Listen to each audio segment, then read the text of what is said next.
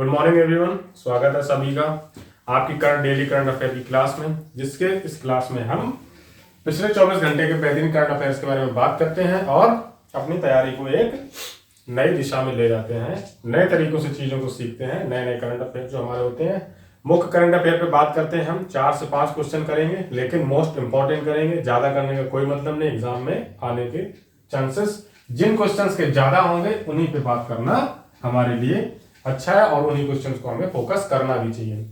आज आपके लिए एक सरप्राइज है।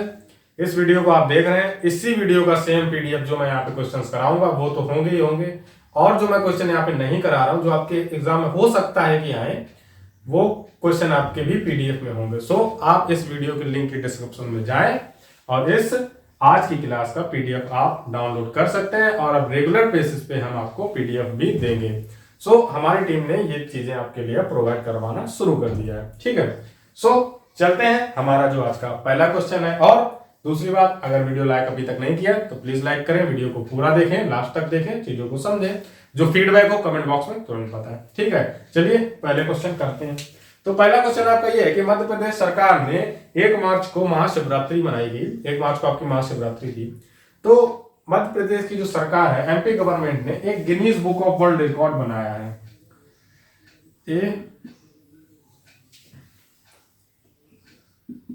Guinness book of world record बनाया है। किसने? MP government. सीएम कौन है? शिवराज सिंह चौहान।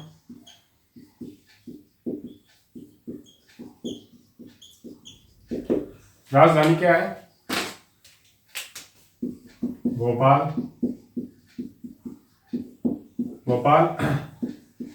इसका एक सिटी है इंदौर। सबसे स्वच्छ शहर।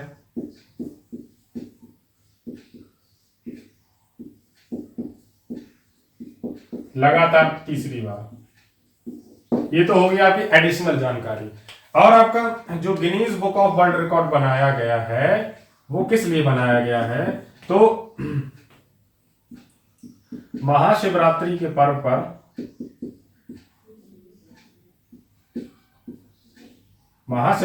पर्व पर इन लोगों ने वहां पे 21 लाख दीपकों को ज्वलित किया। जलाया नहीं लिख सकते, ज्वलित किया, ठीक है। तो कितने दीपक जलाए? 21 लाख। कब? महाशिवरात्रि के पर्व पर। किसने? एमपी गवर्नमेंट ने। राजधानी कहाँ है? भोपाल। इसका एक शहर है इंदौर, जो सबसे स्वच्छ शहर है, तीसरी बार लगातार, ठीक है। आपके सीएम कौन है? शिवराज सिंह चौहान। ये है वर्ल्ड रिकॉर्ड आपका। तो आपका हो जाता है मोस्ट इंपॉर्टेंट ये क्वेश्चन, ठीक है। बाकी अगर जो नोट्स बना रहे हैं तो नोट्स बनाने वाले बनाए, बाकी जिनको पीडीएफ का होता है कि पीडीएफ भी हमें चाहिए तो पीडीएफ डाउनलोड करेंगे, नोट्स बनाना चाहते बनाए, बाकी अब मैं स्क्रीनशॉट लेना चाहे वो भी ले सकते हैं आप। सारी चीजें आपके लिए अवेलेबल करवाई जाएगी।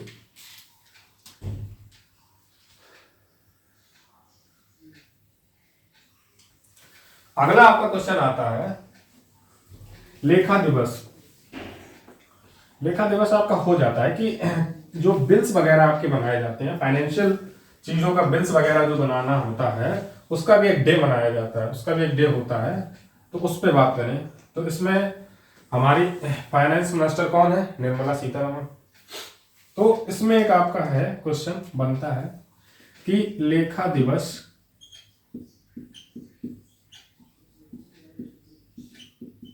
ये आपका क्वेश्चन बन जाता है। तो इसमें आपकी जो चीजें हैं वो ये है कि निर्मला सीतारमण ने पारदर्शिता लाने के लिए, जो हमारी फाइनेंस मिनिस्टर है निर्मला सीतारमण, ठीक है, ये हमारी फाइनेंस मिनिस्टर होगी निर्मला सीतारमण। इसके बाद आपकी अगली चीज हो जाती है कि ये 46वें नंबर का मनाया जा रहा है, ठीक है, 46वें नंबर का मनाया जा रहा है। और बिल व भुगतान प्रणाली में पारदर्शिता लाने के लिए।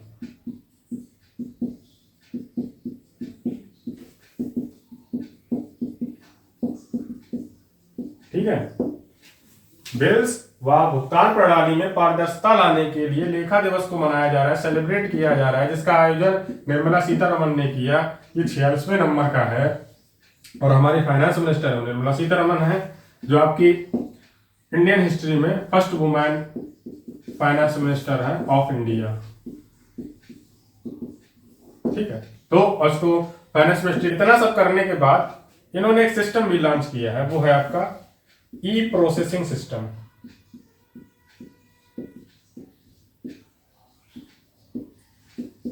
ई प्रोसेसिंग सिस्टम का मतलब है इलेक्ट्रॉनिक प्रोसेसिंग सिस्टम, जो आपके बिल एवं भुगतान है, इस प्रणाली को पूरी तरीके से इलेक्ट्रिक करने के लिए जो आपके जीएसटी के पेपर्स होते हैं, दुकानों के कई प्रकार की व्यापारिक चीजें हैं, अब कागजी काम को बिल्कुल ही शून्य करने की वजह से इस दिवस को मनाया जा रहा है। नागरिक लेखा दिवस भी बोला जाता है, लेखा दिवस भी बोला जाता है। ठीक है, ये हो गया 46वें नंबर का बिल व भुगतान प्रणाली बता दिया। ई प्रोसेसिंग सिस्टम भी लॉन्च किया गया है। तो ई प्रोसेसिंग आपका पूछा जा सकता है कि लेखा दिवस के अवसर पर निर्मला सीतारमन ने कौन से सिस्टम को लॉन्च किया है, तो आप बताएंगे ई प्रोसेसिंग सिस्टम है। ई प्रोसेसिंग का सिस्टम हो जाता है, ई यहाँ पे डिफाइन करता है इलेक्ट्रिक, इलेक्ट्रॉनिक मतलब इंटरनेट। ठीक है, इलेक्ट्रिक तरीके से चीजें करना। जस्ट स्क्रीनशॉट, फिर अगला क्वेश्चन। अगला क्वेश्चन आपका आता है इंटरनेशनल करंट अफेयर और नेशनल करंट अफेयर का मिक्सअप हो जाएगा ये क्वेश्चन आपका, जो मैं अगला बताने जा रहा हूं आपका। बाकी अब आपको कोई परेशानी नहीं है, पीडीएफ आपको प्रोवाइड की जाएगी। जो क्वेश्चन मैं यहाँ नहीं डेली वाइज छोड़ता था, अब वो भी आपको मिलेंगे पीडीएफ में, तो वो भी आप देख लें एक बार एक नजर। बाकी जो यहाँ पे वही क्वेश्चन मैं करवाऊंगा, जो मोस्ट इंपॉर्टेंट होगा, वो आप पीडीएफ में अपने टिक लगा सकते हैं कि ये वाला सर ने करवाया भी है। ठीक है, तो अगला आपका हो जाता है कि चेन्नई की एक कंपनी है, चेन्नई की एक कंपनी है, वो कंपनी कौन सी है? कंपनी की बात हो रही है जो मेडिकल इक्विपमेंट बनाती है,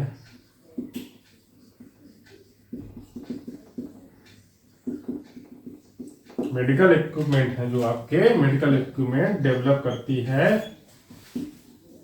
इस कंपनी ने, चेन्नई की जो ये कंपनी है, इसका नाम है आपका ट्रिकॉन हेल्थ केयर।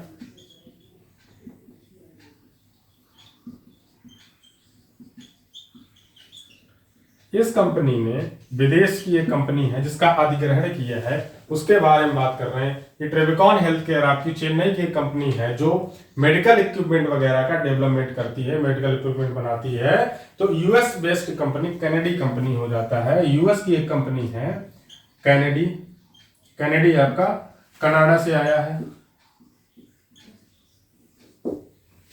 कैनेडी कंपनी है। ये भी हेल्थ केयर इक्विपमेंट बनाती है, ये भी हेल्थ केयर की रिलेटेड चीजें बनाती है। तो इस कंपनी का अधिग्रहण किस कंपनी ने किया है? ट्रेविकॉन हेल्थ केयर, जो चेन्नई की एक कंपनी है जो कि आपके स्वास्थ्य से संबंधी इक्विपमेंट उपकरणों का निर्माण करती है। सारा समझ में आ गया होगा, बिल्कुल क्लियर। जस्ट स्क्रीनशॉट लें, फिर आते हैं अगले क्वेश्चन पे।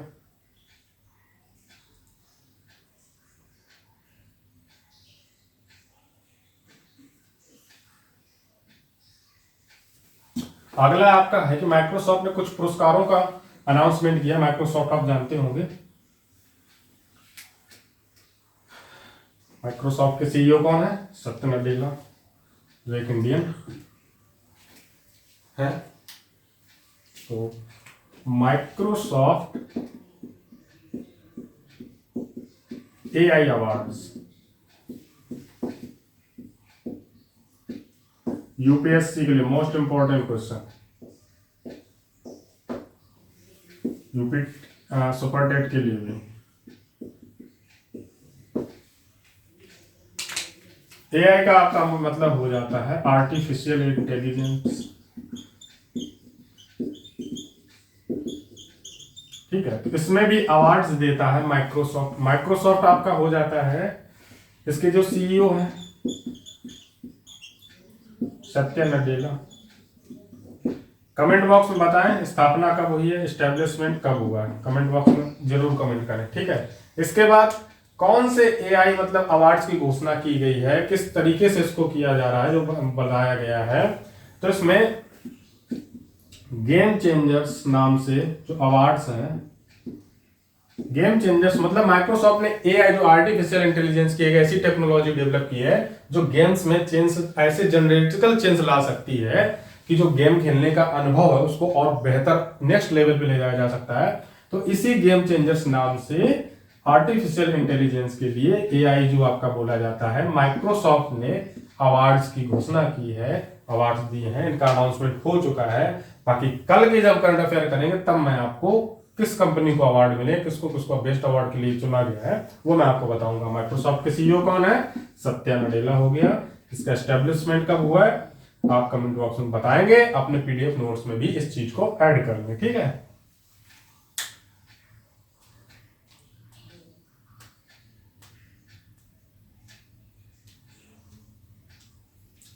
नेक्स्ट आपका आता है नासा। नासा आपका हो जाता है जो यूएस अमेरिका की एक एजेंसी है अंतरिक्ष, ठीक है। तो नासा आपका हो जाता है, नासा ने अनाउंस किया है,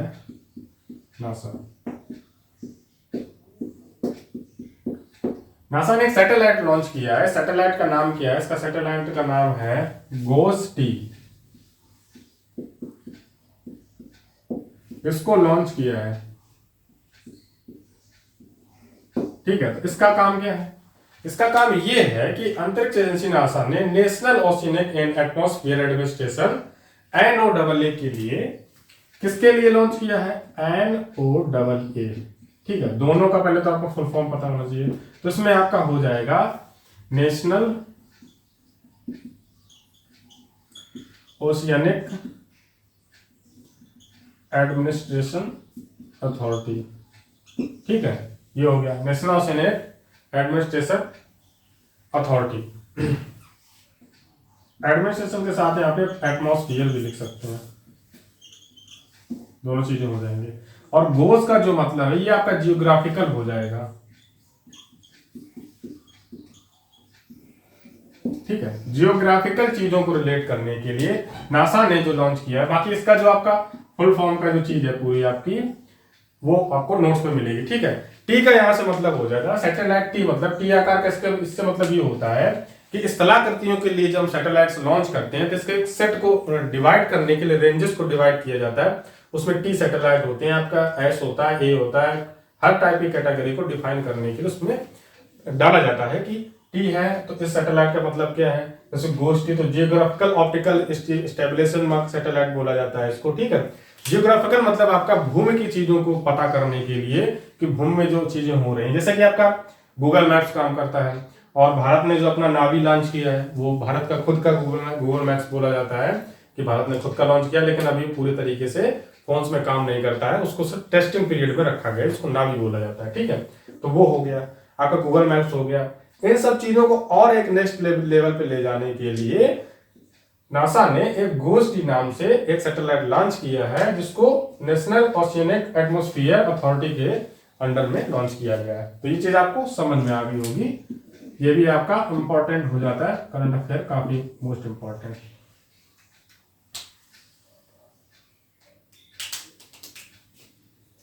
अब आते हैं अगला आपका है यूरोपियन यूनियन से क्वेश्चन। यूरोपियन यूनियन की समय बहुत बात चल रही है, क्यों चल रही है? क्योंकि यूरोप और यूक्रेन और रशिया, मतलब यूरोपियन यूनियन ने पूरी तरीके से रशिया को सपोर्ट कर रखा है, अरे मतलब यूक्रेन को सपोर्ट कर रखा है काफी चीजों की वजह से कि रशिया उन पे वार कर रहे हैं, लड़ाई हो रही दोनों देशों में। तो आपका जो ईयू है, यूरोपियन यूनियन, इसमें कम से कम आपका 64 प्लस कंट्रीज आती हैं, लगभग 64 से ज्यादा देश आते हैं यूरोपियन यूनियन के जो होते हैं। छोटे छोटे देश हैं यूरोप के, जो उन सारे देशों ने मिलकर एक यूनियन बनाया, एक संघ बनाया, तो उसको यूरोपियन यूनियन बोल दिया जाता है, जो आपके मैप्स में आपको समझ में आएगा। जब मैप्स आप देखेंगे, जैसे आपका लाइक इंडिया ये है, तो यहाँ पे आपका अफ्रीका अगर हो जाता है तो यहाँ पे साइड में जितनी भी चीजें यहाँ पे देश पड़ते हैं ये आपका यूरोप बोल दिया जाता है, यूरोप कॉन्टिनेंट, ठीक है। तो यूरोपियन यूनियन ने कम से कम आपके जो रूसी बैंकों को स्विफ्ट एक आपकी अथॉरिटी है, इसके अंतर्गत में रूस के लगभग 11 बैंकों को बैन कर दिया है। Band by EU, European union. तो यूरोपियन यूनियन ने वहां के जो लगभग 11 बैंकों को बैन कर दिया है। 11 नहीं, यहाँ पे 7 होगा, ठीक है, मिस्टेक से लग गया। रूस ने जो आपके 7 बैंकों को बैन कर दिया है, इसके अंदर स्विफ्ट बोला जाता है कि स्विफ्ट एक अथॉरिटी है यूरोपियन यूनियन की, जिसके अंदर में काम करती है। ये अन्य देशों को लोन की चीज सुविधाएं हैं, वहां के देशों को कर्ज देने की सुविधाएं हैं, या कुछ एक्सपोर्ट इंपोर्ट की जो चीजें होती हैं उनपे जो आपका टैक्सेस वगैरह उनको कम ज्यादा करने की चीजें बोल सकती हैं। तो स्विफ्ट को बोला जाता है society for world in foreign trade, इसको बोल सकते हैं, ठीक है। फॉरेन ट्रेड भी बोल सकते हैं और फाइनेंशियल टेलीकम्युनिकेशन भी बोला जाता है। तो कोई दिक्कत नहीं, आप जिस तरीके से लिखना चाहो उस तरीके से लिख सकते हैं, ठीक है। तो ये चीज आपकी हो जाएगी। यूरोपियन यूनियन ने रूस के कितने बैंकों को बैन किया, आपसे क्वेश्चन डायरेक्ट ये पूछा जाएगा। तो आपका हो जाएगा 7 बैंकों को बैन किया है। किसने? स्विफ्ट ने इस चीज को जारी किया, बोला, यूरोपियन यूनियन की परमिशन ली कि हमें इन 7 बैंकों को बैन कर सकते हैं, तो उसकी परमिशन यूरोपियन यूनियन ने दी और उसके जरिए रूस के 7 बैंकों को बैन कर दिया गया।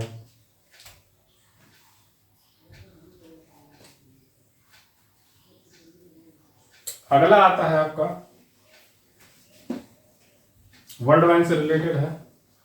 अफगानिस्तान में जो अशरफ गनी वहां के थे प्रधानमंत्री, छोड़ गए देश से, मतलब देश को छोड़ के निकले, क्योंकि अमेरिका ने जिस तरीके से अफगानिस्तान की चीजों को बोल रखा था कि हम आपको प्रोटेक्शन देंगे, लेकिन अमेरिका ने वहां से अपने हाथ खींच लिए, जिसकी वजह से वहां की जो एक संस्था थी उसने पूरे अफगानिस्तान पर कब्जा कर लिया और वहां के जो प्रधानमंत्री थे अशरफ गनी वो देश को छोड़ के चले गए। तो उसके बाद जो वहां चीजें हो रही, तो वर्ल्ड बैंक ने 1 बिलियन का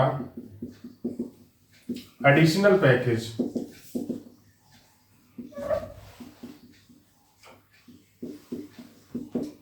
अफगानिस्तान के लिए अनाउंस किया है। और अफगानिस्तान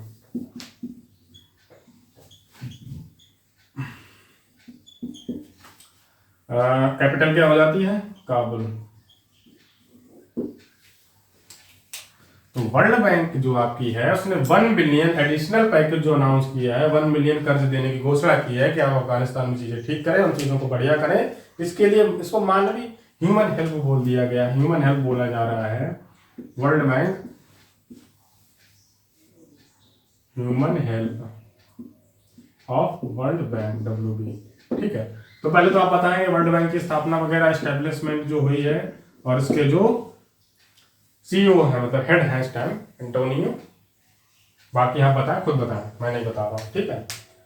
तो इस चीज को नोट करें, फिर आते हैं अगले क्वेश्चन पे।